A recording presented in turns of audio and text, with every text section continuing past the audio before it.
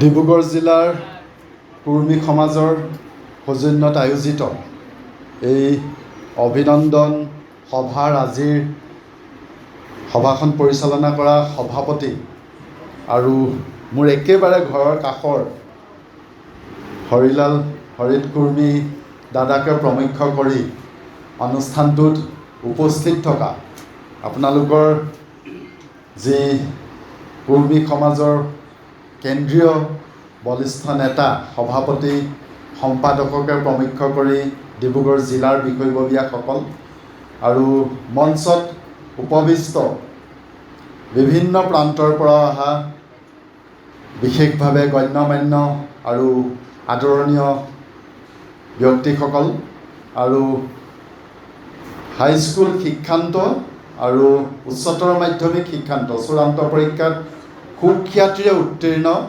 ছাত্ৰ ছাত্ৰীসকল আৰু ছাত্ৰ ছাত্ৰীসকলৰ অভিভাৱক অভিভাৱিকাসকল, যথেষ্ট এক গাম্ভীৰ্যপূৰ্ণ অনুষ্ঠান হৈছে।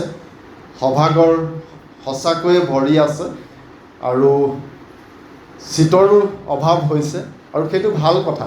সভাঘৰ এটা খালী থকাতকৈ সভাঘৰ ভৰি থাকিলে ভাল লাগে। আৰু মঞ্চতো আমাৰ ভালেকেইগৰাকী বিভিন্ন প্ৰান্তৰ সফল ব্যক্তি ইয়াতে উপস্থিত আছে।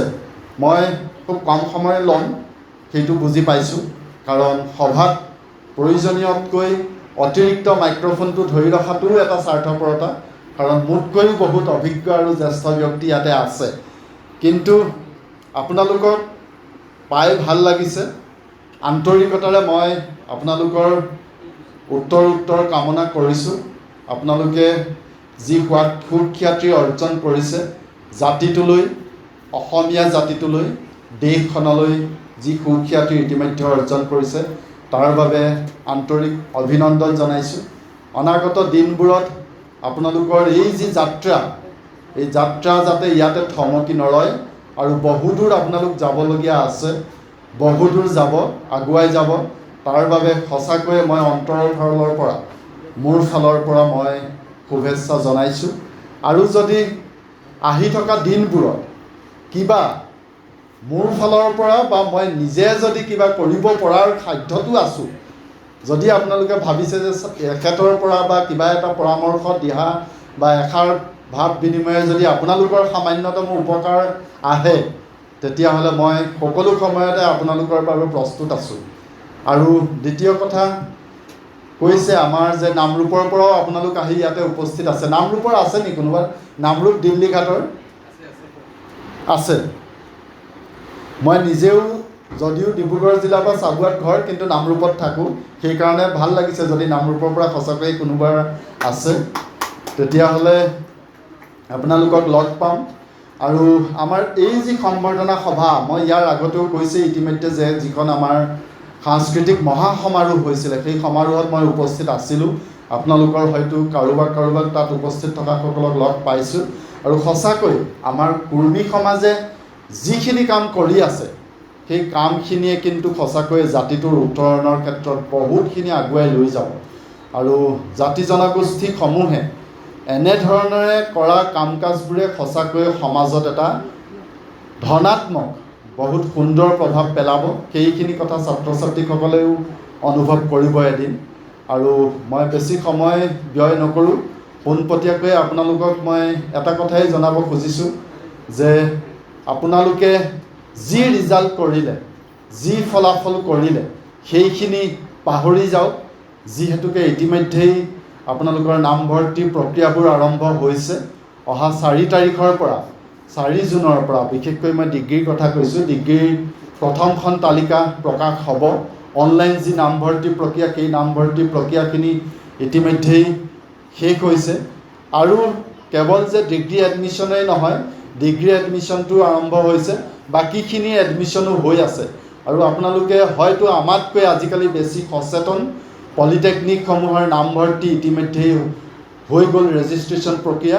আৰু আপোনালোকৰ জ্ঞাতাৰ্থে জনাই থ'ব খুজিছোঁ, মোতকৈও বেছিকৈ আপোনালোক আজিকালি বেছি আগ্ৰহী বা বেছি জানে। ITI নামভৰ্তিসমূহ অনলাইন ব্যৱস্থাসমূহ চলি আছে।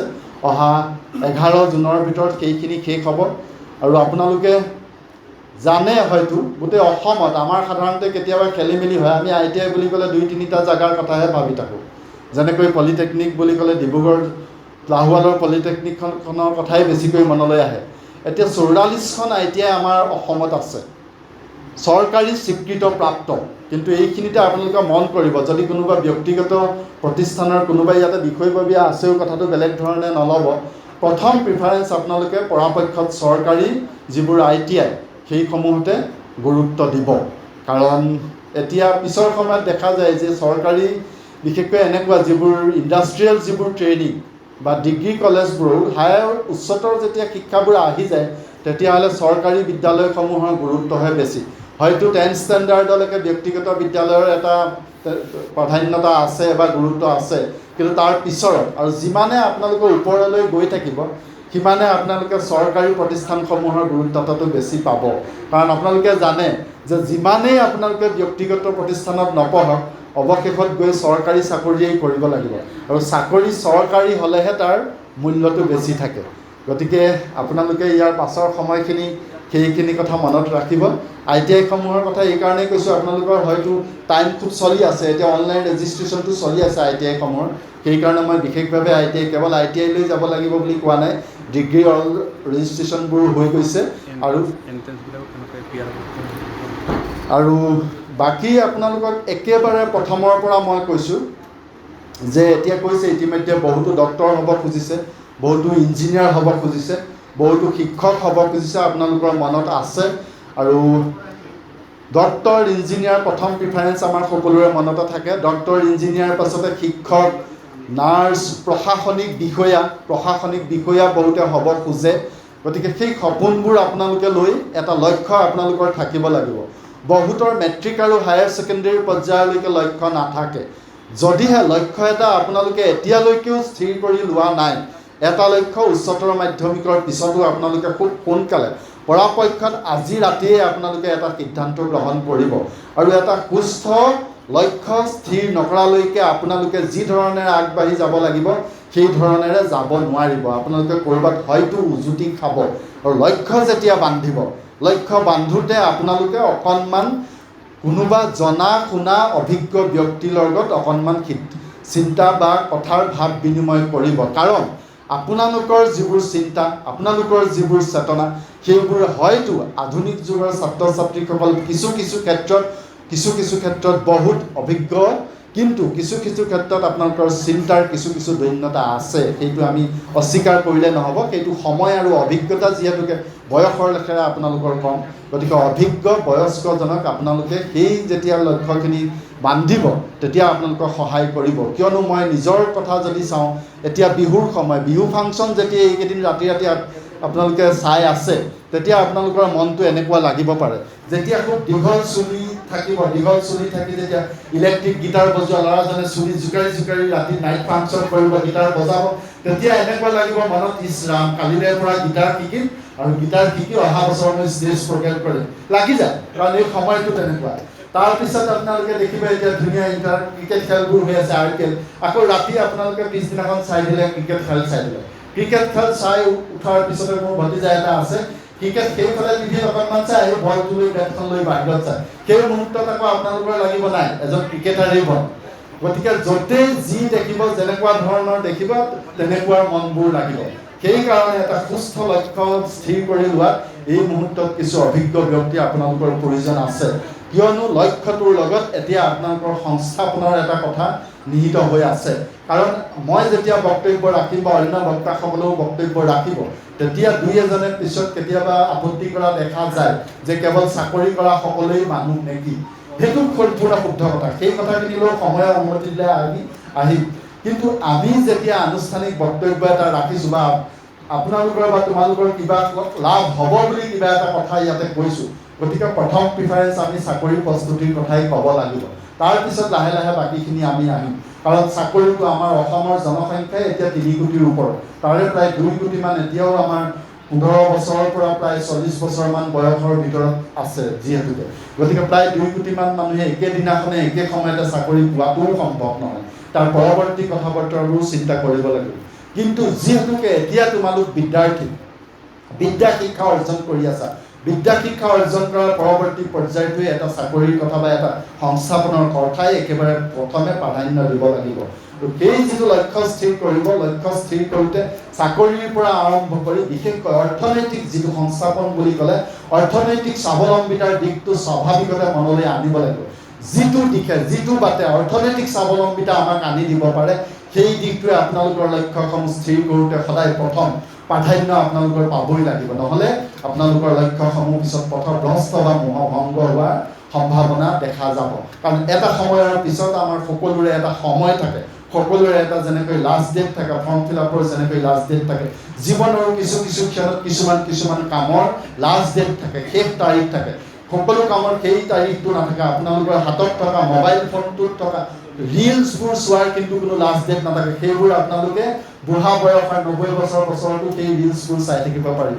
কিন্তু কিছুমান কামৰ লাষ্ট ডেট থাকে। কোনবোৰ কামৰ জীৱনৰ কেনেকুৱাবোৰ কামত লাষ্ট ডেট আপোনালোকৰ শেষ তাৰিখ, শেষ সময় আছে, সেই শেষ সময় থকা কামবোৰ প্ৰথমতে আমি নিৰ্বাচন কৰি আনিব লাগিব। আৰু এটা কথা সদায় মনত ৰাখিব, আপোনালোকে যেতিয়া আমি সভা সমিতিক পাতোঁ, এনেকুৱা প্ৰেৰণাদায়কেই হওক বা মটিভেশ্যনেলেই হওক বা যেতিয়া আমাৰ লক্ষ্য নিৰ্ধাৰণৰ কেৰিয়াৰ কাউন্সেলিং যিবোৰ সভা সমিতি পাতোঁ, কেতিয়াবা আমি নিৰুৎসাহ হওঁ। কিয় নিৰুৎসাহ হওঁ? তেওঁলোকে আহি এনেকুৱাকৈ ক'ব যে IAS আৰু ACS পৰীক্ষাটোৰ নিচিনা টান আৰু ডাঙৰ পৰীক্ষা পৃথিৱীত নাই। সেইটো এটা বৰ ডাঙৰ জটিল কিবা এটা পৰীক্ষা। হয়তো উত্তীৰ্ণ তেনেকুৱা এজন ব্যক্তিয়ে আহি তেনেকৈ কৈ দিলে আমি বহুত হতাশা হওঁ।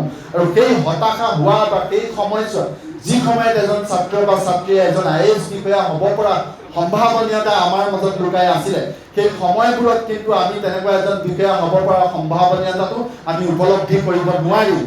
আৰু সেই উপলব্ধিটো কৰিব নোৱাৰিলোঁ মানে আন কোনো 10জনে আমাক সেই উপলব্ধিটো বা সেই বিশ্বাসটো আমাক আনি দিব নোৱাৰিলে। আৰু নোৱাৰাৰ কাৰণে হয়তো কেৱল IAS ACS বুলি কোৱা নাই, তেনেকুৱা যিবোৰ আমি আমাৰ মনত আমি পুহি ৰখা ইচ্ছাবোৰত উপনীত হ'ব পৰা আমি লক্ষ্যটোকেই স্থিৰ কৰিব নোৱাৰিলোঁ। এতিয়া কিন্তু আমি দেখিছোঁ, সিদিনা এজন আপোনালোকক মই সেই উদাহৰণটো বাৰে বাৰে দিওঁ, যে এটা ভিডিঅ' সদায় থাকে, সেই ভিডিঅ'টো আপোনালোকে বেছিকৈ চাব। চৰণ নাৰ্জাৰী বুলি যিজন ব্যক্তি আছে, চৰণ নাৰ্জাৰী তেখেতৰ যেতিয়া তেওঁ প্ৰথমে ACS পাইছিলে, ALIS হৈছিলে, যেতিয়া পাই তেওঁ যিটো বক্তৃতা দিছিলে, কিন্তু সেই বক্তৃতাটোৱে আপোনালোকক সদায় একমাত্ৰ মই আজি তাৰিখলৈকে পোৱা তেওঁৱেই এজন প্ৰশাসনিক বিষয়া যিজনে নিজৰ সঁচা কথাবোৰ ইমান অকপটে স্বীকাৰ কৰি গৈছে। তেওঁ কৈছিলে যে মই ফেইল মাৰিছিলোঁ মেট্ৰিকত, শুদ্ধ কথা, তেওঁ ফেইল মাৰিছিলে। ফেইল কৰিও তেওঁ এতিয়া এজন প্ৰশাসনিক বিষয়া হ'ব পাৰিছে। তেওঁ কৈছিলে যে আমাৰ কয় যে ইংলিছ মিডিয়ামত নাছিলোঁ, মাতৃভাষাৰ মাধ্যমত পঢ়িলে আমি সফলতা হ'ব নোৱাৰিম। তেওঁ কিন্তু স্বীকাৰ কৰিছিল নহয়, মই বড়ো মিডিয়ামতেই পঢ়িছিলোঁ। বড়ো মিডিয়ামত পঢ়িছিলে তেওঁ। তাৰপিছত তেওঁ কৰিছে, ফেইল মাৰিছে, বড়ো মিডিয়ামত পঢ়িছে, 3rd ডিভিজনত পাইছে। গতিকে তেনেকুৱা কথাবোৰে আমি এতিয়াও প্ৰশাসনিক বিষয়া এজন হ'ব পৰা আমাৰ সেই সম্ভাৱনীয়তা, তেনেকুৱা যিবোৰ ধনাত্মক, যিবোৰ চিন্তা, যিবোৰ চেতনা, যিবোৰ কথাই আমাক সকলো সময়তে মনটো সদায় জাগ্ৰত আৰু সদায় সক্ৰিয়। মই যে অলপ আগত কৈ গ'লোঁ যে ক্ৰিকেট খেলখন চাই দিয়াৰ পিছতে ক্ৰিকেটাৰ হওঁ লাগে, গীটাৰ বজোৱাজনক দেখিলে গীটাৰ বজাওঁ লাগে, খুব ধুনীয়াকৈ বিহু ফাংচন, ষ্টেজ প্ৰগ্ৰাম, গান গাই থকা গায়কজনক দেখিলে যেনেকৈ গায়ক হওঁ লাগে, সেই সময়ত সেই হওঁ লগাটো কিন্তু একেবাৰে ক্ষণস্থায়ী। আমাৰ সেই চিন্তাটো আমি মনৰ ভিতৰত বহু সময় ধৰি পুহি ৰাখিব নোৱাৰোঁ।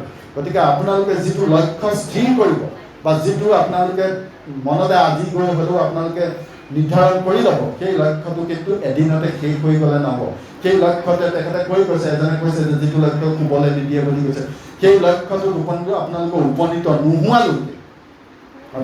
উপনীত নোহোৱালৈকে পাৰ্চিষ্টেণ্টলি, এটা খুব ইংৰাজী ধুনীয়া শব্দ আছে, সেই শব্দটো মই বাৰে বাৰে মাতোঁ, সেই শব্দটো আপোনালোকেও সেই শব্দটো মনত ৰাখিব। অসমীয়াত কৈছে নিৰৱচ্ছিন্নভাৱে, একাধাৰে, ধাৰাসাৰে আপোনালোকে যেতিয়া সেই লক্ষ্যটো নিৰ্দিষ্ট হৈ থাকিব, তেতিয়াহে কিন্তু লক্ষ্য প্ৰাপ্তি আপোনালোকৰ ঘটিব। আৰু সেই লক্ষ্য প্ৰাপ্তিটো ইমান সহজ নহয়। কমেও আপোনালোকে আজিৰ তাৰিখৰ পৰা আপোনালোকৰ সফল হোৱা পৰ্যায়লৈ, আজিকালি কমি আহিছে। আগতে আমাৰ সময়ছোৱাত আমি একেবাৰে এটা নিজৰ আত্মসংস্থাপনৰ পৰ্যায় পোৱালৈকে পঢ়া শুনাৰ পৰা প্ৰায় 10-15 বছৰীয়া এটা দীঘলীয়া পৰিক্ৰমা থাকে। কিন্তু আজিকালি নহয়। আজিকালি বিদ্যাৰ্থীয়ে বিদ্যা শিক্ষা অৰ্জন কৰাৰ পিছতেই লগে লগে যিসকল চতুৰ তেওঁলোকে নিজে নিজে এটা সংস্থাপন যোগাৰ কৰিব লাগে। তথাপিও কিন্তু সেই সময়ছোৱাৰ ভিতৰলৈকে আপোনালোকৰ মাজত কমেও 10-5 বছৰ থাকে। 5 বছৰটো খুব কমেই, 5 বছৰত সমান সফল নহয়। গতিকে একেৰাহে নিৰৱচ্ছিন্নভাৱে আপোনালোকে সেই সাধনাত ব্ৰতী হৈ থাকিব লাগিব। এটা কাহিনী সৰু মনত পৰিছে, মই কৈ দিছোঁ, কথাবোৰ কৈ থাকিলে দীঘলীয়া হৈ যায়, সেইটো কৈ দিম বাৰু। এতিয়া যিটো ক'বলৈ লৈছিলোঁ মই, যে সেই নিৰৱচ্ছিন্নভাৱে 5 বছৰ বা 10 বছৰ সময় একাধাৰে তোমালোকে লাগি থাকিব লাগিব, সেই কথাটো কৈছোঁ। এটা সৰু কাহিনী আছে, কাহিনীটো সৰু নহয়, কাহিনীটো ডাঙৰেই। মই বেলেগৰ পৰা পোৱা। প্ৰাচীন কালত এটা ব্যৱস্থা আছিলে যে ৰজা যিটো হয়, ৰজা হোৱাৰ ব্যৱস্থাটো আছিলে, ৰজা সেই বিশেষ দেশখনত 5 বছৰৰ কাৰণে ৰজাজনক দিয়ে। কিন্তু তাৰ এটা আজব নিয়ম আছিলে। নিয়মটো এইকাৰণেই আজব, 5 বছৰ ৰজা হোৱাৰ পিছত তেওঁক কিন্তু বনত মেলি থৈ আহে। শাস্তি নহয়, সেইটো এটা পৰম্পৰা যে 5 বছৰেই তেওঁ ৰজা হ'ব, 5 বছৰৰ পাছত তেওঁ বনত অতব্য অৰণ্যত নি অকলশৰীয়াকৈ তেওঁক থৈ আহিবগৈ। তাত আৰু অতব্য অৰণ্যত তেতিয়া এজন মানুহ, অকলশৰীয়া এজন মানুহ জীয়াই থাকিব পৰা সম্ভৱ নাছিলে। হয়তো বাঘ ঘোং খাই কিছুদিন সংগ্ৰাম কৰি তেওঁ ইহলিলে বা পৃথিৱীৰ পৰা নাইকিয়া হৈ যাব লগা হয়। তেনেকুৱা ধৰণে পৰম্পৰা চলি থাকে। কিন্তু তথাপি মানুহে ৰজা হ'বলৈ বিচাৰে। 5 বছৰতেই তেওঁ জীৱনৰ আটাইতকৈ যিখিনি মনৰ ইচ্ছা হাবিয়াস পূৰণ কৰিলে, যিমান পাৰে ধন ঐশ্বৰ্য সা সম্পত্তি গোটাই তেওঁ 5 বছৰতে গোটেই কামখিনি কৰিলে। তেনেদৰে চলি আছে।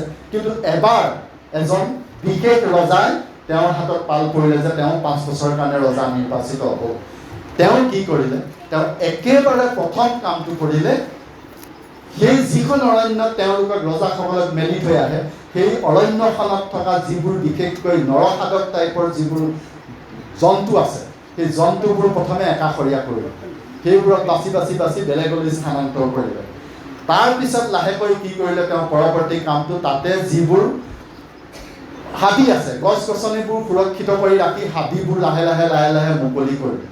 মুকলি কৰাৰ পিছত তেওঁ লাহে লাহে লাহে লাহে পিছৰ বছৰ তেওঁ কি কৰিলে, তাতে কিছুমান বচা বচা নিৰ্বাচিত খেতিয়ক সেই স্থানলৈ পঠাই দিলে। তাৰপিছত লাহে লাহে লাহে লাহে তাতে খেতি কাম আৰম্ভ কৰালে। খেতি বাতি কৰোৱাৰ পিছত লাহে লাহে লাহে লাহে নিজৰ দেশৰ পৰা কিছুমান মানুহ তাত সংস্থাপিত কৰিলে। তাত ধুনীয়া ধুনীয়া ডাঙৰ ডাঙৰ প্ৰসাদোপম সদৃশ ঘৰ সাজিবলৈ আৰম্ভ কৰিলে। তাত মানুহ তাতে সংস্থাপিত কৰিলে। এনেদৰে কৰোঁতে কৰোঁতে কৰোঁতে কৰোঁতে তেওঁ 5 বছৰ সমাপ্তিৰ শেষত সেই অঞ্চলটো, যিটো অঞ্চলত পৰৱৰ্তী কালত ৰজাবোৰক মৃত্যুৰ বাবে ঠেলি পঠাই দিয়া হৈছে, সেই এলেকাটো এখন সুন্দৰ ৰাজ্যলৈ, ধুনীয়া এখন ৰাষ্ট্ৰলৈ পৰিণত হ'ল। তাৰপিছত যেতিয়া কাৰ্যকাল শেষ হ'ল, সেই ৰাজ্যখনলৈ তেওঁ নিৰ্বাসিত দিলে, তেতিয়া তেওঁ সেইটো নিৰ্বাসিত নহ'ল। তেওঁ অনাদি অনন্ত কাললৈ সেই নিজৰ হাতেৰে গঢ়ি লোৱা ৰাজ্যখনৰ এজন ৰজা হৈ যাওঁতে থাকিবলৈ পালে। গতিকে আপোনালোকে চাওক, এই যে 5 বছৰ আপোনালোকৰ হাতত থাকিব, পঢ়া শুনাৰ কাৰণে মা দেউতাই এতিয়া পঠাই দিব, আপোনালোকক লাখ বুলিলেই পকেটত পইচা দিব, লাখ বুলিলেই ভাড়া ঘৰ ঠিক কৰি দিব, গাড়ী ঘোঁৰা ঠিক কৰি দিব, দুখীয়া নিচলাসকলো দিনে নিশাই কষ্ট কৰি, দুগুণ তিনিগুণ কষ্ট কৰি সকলো আপোনালোকৰ পুতি নাতি লক্ষ্য কৰি আপোনালোকক 5 বছৰৰ কাৰণে ৰজাৰ দৰে ৰাখি দিব। এই 5 বছৰত আপোনালোকে সেই প্ৰথম ৰজাজনৰ নিচিনা ফূৰ্তি ফাৰ্তা কৰি 5 বছৰতে আটাইখিনি চিনেমা চাই শেষ কৰিও দিব পাৰে, আটাইখিনি ফুৰা চকা লগ সমনীয়াৰ ঘৰ শেষ কৰিও দিব পাৰে, আৰু শেষত সেই ৰজাজনৰ নিচিনা নিষ্কম্মা হৈ কাম কাজ নোহোৱাকৈ, একো নিশিকাকৈ, চাহ চাকৰি সংস্থাপন একো নোহোৱাকৈ নিৰ্বাসিতও হ'ব পাৰে। নতুবা 5 বছৰতেই আপোনালোকে জীৱনৰ আটাইতকৈ অমূল্য সম্পদ, নিজে এখন সাম্ৰাজ্য প্ৰতিষ্ঠা কৰিলে। সেই যে 5টা বা 10টা বছৰ পাব, সেই 5টা 10টা বছৰত নিজে সংস্থাপিত হোৱা ৰাজ্য এখনৰ ৰজাও আপোনালোকৰ হ'ব পাৰে। গতিকে চিন্তাটো আপোনালোকৰ নিজৰ হাতত। আপোনালোকে সেই কথাখিনি এতিয়াৰ পৰা চিন্তা কৰিব। এই কথাবোৰ কেৱল মিটিং বা সভা সমিতি এখনত হোৱা কথা বুলি ধৰি আজিৰ দিনটোতে শুনি শেষ কৰি দিলে হয়তো মোৰো পৰিশ্ৰম সাৰ্থক নহ'ব। আৰু এই যিসকল ব্যক্তিয়ে আপোনালোকৰ কাৰণে ইমান কষ্ট কৰি হাৰত মাতি কৰি আপোনালোকে কিবা এটা উত্তৰণ, জাতিটোৰ কিবা অকণমান উত্তৰণ ঘটক বুলি যি কষ্ট কৰিছে, সেই শ্ৰম সাৰ্থক নহ'ব। আৰু যিসকলে এই কথাবোৰক যদি প্ৰকৃত মূল্য দি নিজৰ দিশত অগ্ৰসৰ হয়, সেইসকলে, কাৰণ আপোনালোকে জানে, আপোনালোকে ইয়াতে কেইজনমান কেৱল নাম মাত্ৰ উচ্চতৰ মাধ্যমিক চূড়ান্ত পৰীক্ষাত উত্তীৰ্ণ হোৱা ছাত্ৰ ছাত্ৰী নহয়, আপোনালোকে কিন্তু সমগ্ৰ কৰ্মী সমাজক প্ৰতিনিধিত্ব কৰিছে। কাৰণ সমগ্ৰ ডিব্ৰুগড় জিলাখনৰ পৰা বচা বচা গাঁও আৰু পৰিয়ালৰ পৰা আপোনালোক আহি আজি এই মঞ্চখনলৈ আহিছে। গতিকে আপোনালোকে নাভাবিব যে আপোনালোক নাম মাত্ৰ কেইজনমান হায়াৰ ছেকেণ্ডেৰী উত্তীৰ্ণ হোৱা ছাত্ৰ ছাত্ৰী, আপোনালোক একোটা জাতিৰ এজন প্ৰতিনিধি। আপোনালোকক লৈ ভৱিষ্যত প্ৰজন্মই আপোনালোকৰ মুখলৈ চাই থাকিব। গতিকে আপোনালোকে আপোনালোকৰ সময়ৰ সৎ ব্যৱহাৰ কৰিব। ক'বলগীয়া কথাৰ হাজাৰ, আৰু মোৰ মনটো তেনেকুৱা কথা সোমাই আছে। মই এইকাৰণে এতিয়া কথা ক'ব লগা হৈছে, যিবোৰ কথা হয়তো সৰুকালতে আমি পঢ়া শুনা কৰি থকা সময়তে যদি এনেকুৱা এক দুইষাৰো কাৰোবাৰ পৰা দিহা বা পৰামৰ্শ বা তেনেকুৱা ধৰণৰ কথা বাৰ্তা আমি শুনিবলৈ পালোহেঁতেন, তেতিয়াহ'লে হয়তো আজিও মোৰ দিশ দৰ্শনটো বা মোৰ জীৱনৰ গতিপথবোৰ হয়তো আৰু কিছু বেলেগ ফালে ঢাল খালেহেঁতেন। গতিকে আমাৰ জীৱনকালত যিবোৰ আমি উজুতি খাইছোঁ, সেই উজুতিবোৰ এতিয়া বাৰে বাৰে ছাত্ৰ ছাত্ৰীসকলক দেখিলে মনত পৰে। সেইকাৰণে সেই কথাবোৰ এতিয়া ক'ব লগা হৈছে। মোবাইলৰ যিটো কথা কৈছে, মই মোবাইলৰ কথাটো কৈ থৈ যাওঁ, সেইটো এটা বৰ দীঘলীয়া কাহিনী, মই গোটেইটো নকওঁ, একেবাৰে শ্বৰ্ট কৰি ৰীল কাটি কওঁ। সেইটো হৈছে প্ৰাচীন কালৰ তোমালোকৰ নিচিনা এজন ছাত্ৰৰে কথা। সেই ছাত্ৰজনে কি কৰিছিলে, তেওঁ সেই অঞ্চলটোৰ এজন বহুত সুঠাম সুশ্ৰী ডেকা যুৱক আছিলে। আৰু তেতিয়াৰ দিনত বিদ্যা শিক্ষা পঢ়া শুনাবোৰ আজিৰ নিচিনা ফলি ফুটি লৈ এনেকুৱা স্কুল কলেজত পঢ়া শুনা কৰা বিদ্যা নাছিলে। সেই সময়ত যুদ্ধটোৱে আটাইতকৈ প্ৰধান অস্ত্ৰ আছিলে, আৰু যুদ্ধৰ সমৰ কলা বা সমৰ কৌশলবোৰ শিকাটোৱে তেওঁলোকৰ কাৰণে একমাত্ৰ বিদ্যা শিক্ষা অৰ্জনৰ উপায় আছে। আৰু তেওঁ সমৰ কৌশল বা সমৰ কলা শিকিছিলে, বিশেষকৈ তৰোৱালৰ যিটো বিদ্যা, তেওঁ তৰোৱালৰ বিদ্যাটোত মনোনিৱেশ কৰিছিলে। সেই অঞ্চলটোত তেওঁ গাঁৱৰ সকলো মানুহে তেওঁৰ মুখলৈ চাইছিলে, হয় এইজন ব্যক্তিয়ে আমাক সমাজখনলৈ আমাৰ অকণমান ওপৰলৈ লৈ যাব পাৰিব। যুদ্ধ বিদ্যাত তেওঁ প্ৰতিদিনে তৰোৱালৰ বিদ্যা প্ৰশিক্ষণ লৈছিলে। প্ৰশিক্ষণ লৈ ঘূৰি আহি তেওঁ ঘৰতো সেই তৰোৱালৰ তেওঁ ৰিহাৰ্চেল কৰি থাকে আৰু সমৰ কলাখিনি তেওঁ আয়ত্ব কৰি থাকে। তেনেকৈ কৰি থাকোঁতে এদিন হঠাৎ তেওঁ ঘৰৰ ভিতৰত অকলশৰীয়াকৈ থাকে। আন্ধাৰ কোণৰ এটা চুকত তেওঁ এটা টিভিৰ চাকিৰ নিচিনা এটা পোহৰৰ নিচিনা অৱয়ৱ তেওঁ দেখা পালে, যিটো আমি সাধাৰণতে ভূত বুলি কওঁ, যিটো ভূতৰ নিচিনা। তাৰপিছত তেওঁ ক'লে যে তেওঁ যথেষ্ট সাহসী, তেওঁ ভূতলৈ ভয় কৰা মানুহ নহয়। সষ্টম হৈ গ'ল, ফাকৰ পৰা তৰোৱাল ওলালে। তেতিয়া সুধিলে যে কোন তই? তেতিয়া কৈছে যে মই তেনেকুৱা কোনো আপোনাৰ অনিষ্টকাৰী একো নহয়, মই এটা আপোনাৰ শুভাকাংক্ষী। আপুনি যি চাব বিচাৰিব, যি কৰিব বিচাৰিব, সেই সকলো মই আপোনাক তৎ মুহূৰ্ততে দেখাব পাৰিম। হয়নে? সঁচা? তেতিয়াহ'লে তেওঁ নিশ্চয় এজন যোদ্ধা। তেওঁ ক'লে যে ঠিক আছে বাৰু, প্ৰমাণ চাওঁচোন, তুমি এজন ডাঙৰ যোদ্ধা, পৃথিৱী বিখ্যাত বিশ্ব যোদ্ধা এজন এই মুহূৰ্ততে আনি দেখুৱাই দিয়া। তেতিয়া তেওঁ লগে লগে হাতখন মেলি শূন্যতে ডাৱৰ অলপ সৃষ্টি কৰি তাতে এজন শক্তিশালী যোদ্ধা প্ৰস্তুত কৰি দিলে। তেওঁতো চাই অবাক। তেতিয়া কৈছে যে ঠিক আছে বাৰু, এটাটো বনাই দেখালে, এতিয়া এখন সোণৰ সজ্জিত ডাঙৰ তৰোৱাল তুমি মোক বনাই দেখুৱাচোন। লগে লগেই কাম যে তেওঁ তৰোৱাল এখন ধুনীয়া তাতে ডাৱৰৰ মাজত, তেওঁ সদায় যিহেতুকে যুদ্ধ তৰোৱালখন চাই খুব ভাল পালে, তেওঁ একেবাৰে আকৰ্ষণ হৈ পৰিলে। তেতিয়া কৈছে যদি তুমি কেতিয়াবা কিবা মোৰ পৰা চাব বিচাৰা, মই ইয়াতে থাকিম, তুমি মাত্ৰ মোক অনুৰোধ কৰিলেই হ'ল। সেইদিনাখনৰ পৰাই সেই যোদ্ধাজনৰ জীৱনৰ পৰিৱৰ্তন ঘটিলে। জীৱনৰ পৰিৱৰ্তন ঘটাৰ পিছত তেওঁ যুদ্ধৰ পৰা আহে, আনদিনাখন আহি তৰোৱালৰ প্ৰস্তুতিত তেওঁ লাগি থাকে। লাহে লাহে তেওঁ সেই আত্মাক মাতি তেওঁৰ পৰা কেতিয়াবা ছোৱালী চাইকে ডেকা ল'ৰা, ধুনীয়া বোলে আজি পৃথিৱীত ধুনীয়া ছোৱালী এজনীকে দেখুৱাচোন, কেতিয়াবা যোদ্ধা চাই, কেতিয়াবা যুদ্ধ কৰাই চাই, তেনেকৈ চাই তেওঁ আহি লাহে লাহে সেই সময়বোৰ বঢ়াই গৈ থাকিব। মই শ্বৰ্টকৈ কৈছোঁ কাহিনীটো, আৰু খুব সুন্দৰ কাহিনী গোটেই কাহিনীটো। পিছত তোমালোকে পাবা, ক'ৰবাৰ পৰা ময়ো ক'ৰবাত পাই মনতে ভাবি থোৱা কথা। তাৰপিছত তেনেকৈ কৰোঁতে লাহে লাহে তেওঁ যুদ্ধ বিদ্যাটোৰ পৰা এলেহুৱা হৈ থাকিলে। তাৰপিছত এদিন তেওঁ উপলব্ধি কৰিলে যে এইটো মোৰ বৰ ডাঙৰ ভুল হ'ল। এনেকুৱা এটা ভুল হৈছে যে মই মোৰ সময়বোৰ এতিয়া সেইবোৰ চায়ে পাৰ কৰিলোঁ। তেতিয়া ক'লে যে তুমি এটা কাম কৰা, আজিৰ পৰা আৰু মোৰ তালৈ নাহিবা, মোৰ ঘৰৰ পৰা গুচি যোৱা। তেতিয়া ক'লে যে ঠিক আছে, তুমি কৈছা যেতিয়া মই গুচি যাওঁ, কিন্তু এটা কথা, মই তোমাৰ ঘৰৰ কাষৰ বাহনীখনতে থাকিম। তোমাৰ যিদিনাখনেই মোৰ প্ৰয়োজন অনুভৱ কৰিবা, তুমি তালৈ যাবা, মোক নিমন্ত্ৰণ জনাবা, মই আহি তোমাৰ ওচৰত হাজিৰ হ'ম। তাৰপিছত ল'ৰাজনে দুদিনমান মনত শক্তি বান্ধি নিজৰ পুনৰ তেওঁ যুদ্ধ বিদ্যাত মনোনিৱেশ কৰিলে। কিন্তু মানুহৰ মনে এবাৰ যেতিয়া যিটো নিচা লাগিলে, তেওঁ আৰু এৰিব নোৱাৰিলে। দুদিনমানৰ পিছত তেওঁ পুনৰ বাহনীলৈ দৌৰ মাৰিলে, গৈ তাতে সেইবোৰ চাই দিন পাৰ কৰিবলৈ ল'লে। লাহে লাহে ক'লে বাহনীত আৰু তুমি থাকিব নালাগে, মোৰ তালৈকে, মোৰ ঘৰলৈকে আহি যোৱা। আহি ঘৰৰ ভিতৰত সোমোৱাই ল'লে। তাৰপিছত অন্য বিদ্যা শিক্ষাবোৰ বাদ দি তেওঁ সদায় সেই আত্মাটোৰ পৰা সেইখিনিকে চাই থাকিবলৈ ল'লে। এনেকৈ চাওঁতে তেওঁ এদিন যুদ্ধ বিদ্যা পাহৰি একেবাৰে খোৱা বোৱাৰ প্ৰতি মনোযোগ দি পেলাই বিচনাত ধৰাশাৰী হৈ যোৱাৰ নিচিনা হ'ল। বিচনাতে বহি তেওঁ সেইবোৰ চাই থাকিবলৈ ল'লে। তাৰপিছত এদিন এনেকুৱা এটা পৰ্যায় আহিলে তেওঁ বিচনাৰ পৰা উঠিবই নোৱাৰা হ'ল।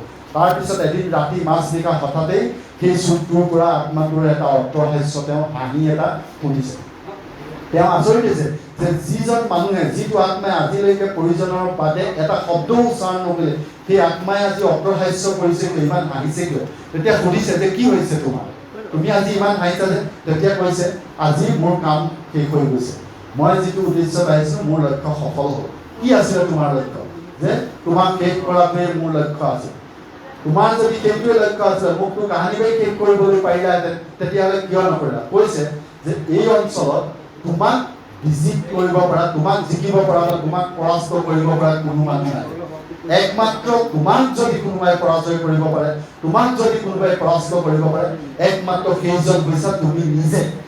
গতিকে এতিয়া মোৰ কাম হৈ গৈছে আৰু মই এতিয়া ইয়াৰ পৰা প্ৰস্থান কৰিম। তেতিয়া মানুহজনে নিজৰ ভুলটো বুজি পালে, জীৱনত তেওঁ কি ভুল কৰিলে, তেওঁ আৰু তেওঁ গাঁওবাসীক উদ্ধাৰ কৰাটো বাদ দিয়া, তেওঁ পৰৱৰ্তী সময়ত জীয়াই থাকিবলৈ আৰু সক্ষম নহ'ব।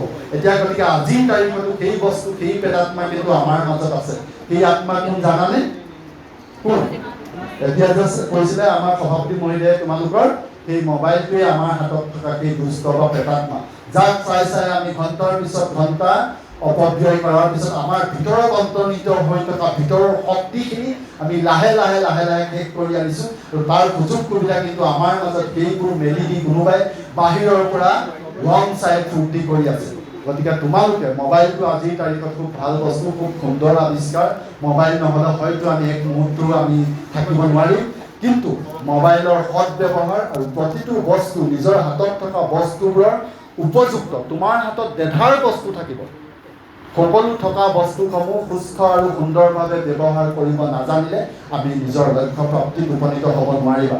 সময় যথেষ্ট হৈছে, মই বক্তব্য কমাই দিছোঁ। আকৌ লগ পাম, আকৌ কেতিয়াবা মাতিবা। তোমালোকে নিজে নিজেও মোৰ টেলিফোন নাম্বাৰ লৈ কেতিয়াবা কথা বতৰা পাতিব পাৰিবা। বহুত কথা আছে, এনেকুৱা কথা কাহিনীবোৰে আমি যিবোৰ কেৰিয়াৰ সংক্ৰান্তীয় কথাবোৰ ক'বলৈ থাকিয়ে গৈছে। মই বক্তব্য সামৰি দিছোঁ, ইমান বক্তব্য আছে, তোমালোকৰ সম্বৰ্ধনা কাৰ্যসূচীখিনিও আছে।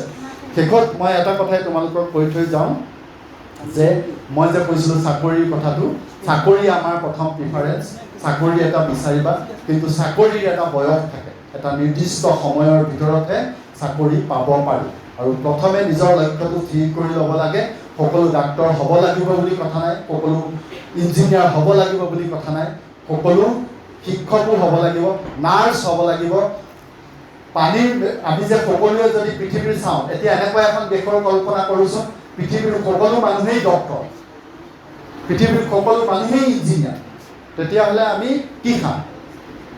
আমি খোৱা খাদ্যদ্ৰব্য কোনে উৎপাদন কৰিব?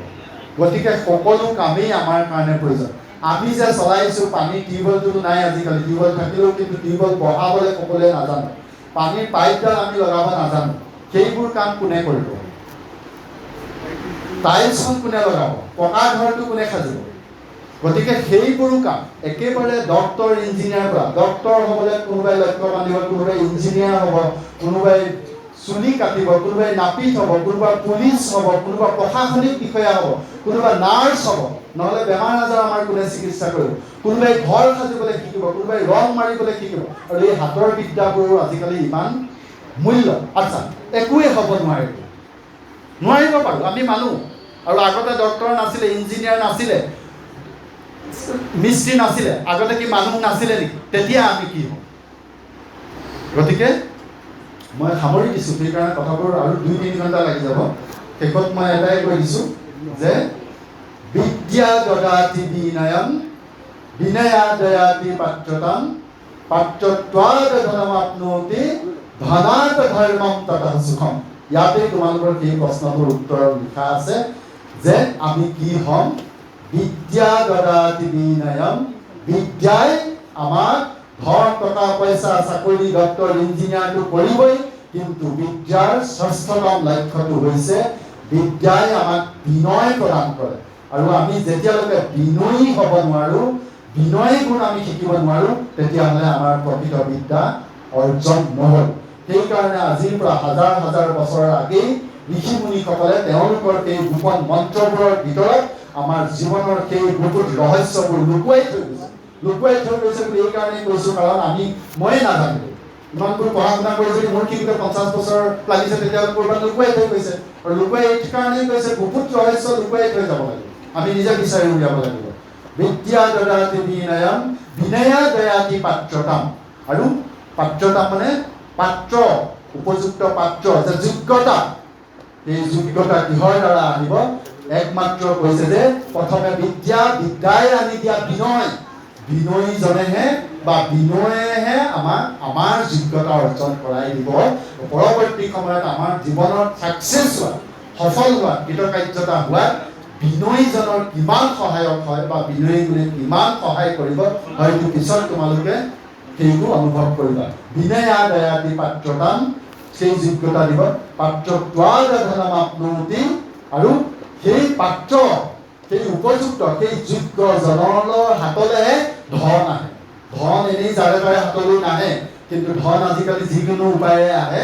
আজিও যোৱাকালত কোনোবাই ৰাতি জিকি যাব পাৰে, অন্য মদ ভাং বিড়ি চিগাৰেট ড্ৰাগছ বেছিও কোনোবাই ধন অৰ্জন কৰিব পাৰে। সেইখিনি ধনৰ কথা কিন্তু কোৱা নাই। সেই ধন আহিব অমূল্য ৰকম, আমাৰ কষ্ট কৰি জীৱনৰ কষ্টোপাৰ্জিত ধনৰ কথাই কৈছে। বিনয়া দয়াতি পাত্ৰতাম পাত্ৰত্বাদ ধনম আপ্নোতি ধনাদ ধৰ্মম ততঃ সুখম। আৰু তেনেকুৱা সুস্থ চিন্তাৰ পৰা উপাৰ্জিত ধনৰ পৰাহে আমি সুখ প্ৰাপ্তি আমাৰ ঘটে। সেইকাৰণে আমাৰ কথাতে কয় যে শেষৰ শাৰীটো আমাৰ চলে অলপ, যে ধনী ধৰ্ম ধনাদ ধৰ্মম ততঃ সুখম। আৰু তেনেকুৱা ধন উপাৰ্জন কৰা জনলভে সুখ থাকে। গতিকে তোমালোকেও ডক্টৰ, ইঞ্জিনিয়াৰ, প্ৰফেচাৰ, ACS বিষয়া সেইবোৰ হোৱাৰ উপৰিও জীৱনত শেষৰ সময়ত প্ৰকৃত মানুহ হোৱা, আৰু যিসকলে একোৱেই কৰিব নোৱাৰিলা সেইসকলৰ কাৰণে এটাই মই কৈ থৈ যাওঁ, জীৱনৰ এনেকুৱা কিছুমান আমাৰ গুণ আছে, যিবোৰ গুণ থাকিলেও তুমি জীৱনত সফল হ'ব পাৰিবা। মই এটা সামান্য উদাহৰণ দিলোঁ। ধৰা, মিছা কথা নোকোৱা, আনক নঠগা, চুৰ নকৰা, আনৰ অহিত চিন্তা নকৰা। এতিয়া তোমালোকে ক'ব পাৰা যে এইবোৰ নকৰিলে কিবা বিদ্যা শিক্ষা আহিব নি? ভাত ক'ৰ পৰা আহিব? মই কৈছোঁ আহিব। মোৰ ঘৰত আজি যদি প্ৰথমেই ভাবোঁ যে এজন মানুহ মোক লাগে, মই প্ৰথমে চুৰজনৰ ওচৰলৈ যামনে? নেযাওঁ। কোনোবাই ঠগাজনৰ ওচৰলৈ মই যামনে? কাৰ ওচৰলৈ মনত পৰে? আমুকা কিন্তু ল'ৰাজন বৰ নম্ৰ, ভদ্ৰ, অমায়িক, চুৰ তাৰি ব্যৱহাৰ নাই, মিছা কথা নকয়, মাত কথা ভাল, তেওঁহে এই সময়ত মোক বিপদত উদ্ধাৰ কৰিব। সেইজনৰ কথাহে মনত পৰে। ছিকিমৰ মই এটা উদাহৰণ, সামান্য এটা উদাহৰণ দিছোঁ, আমাৰ একেবাৰে কাষতে লাগি আছে।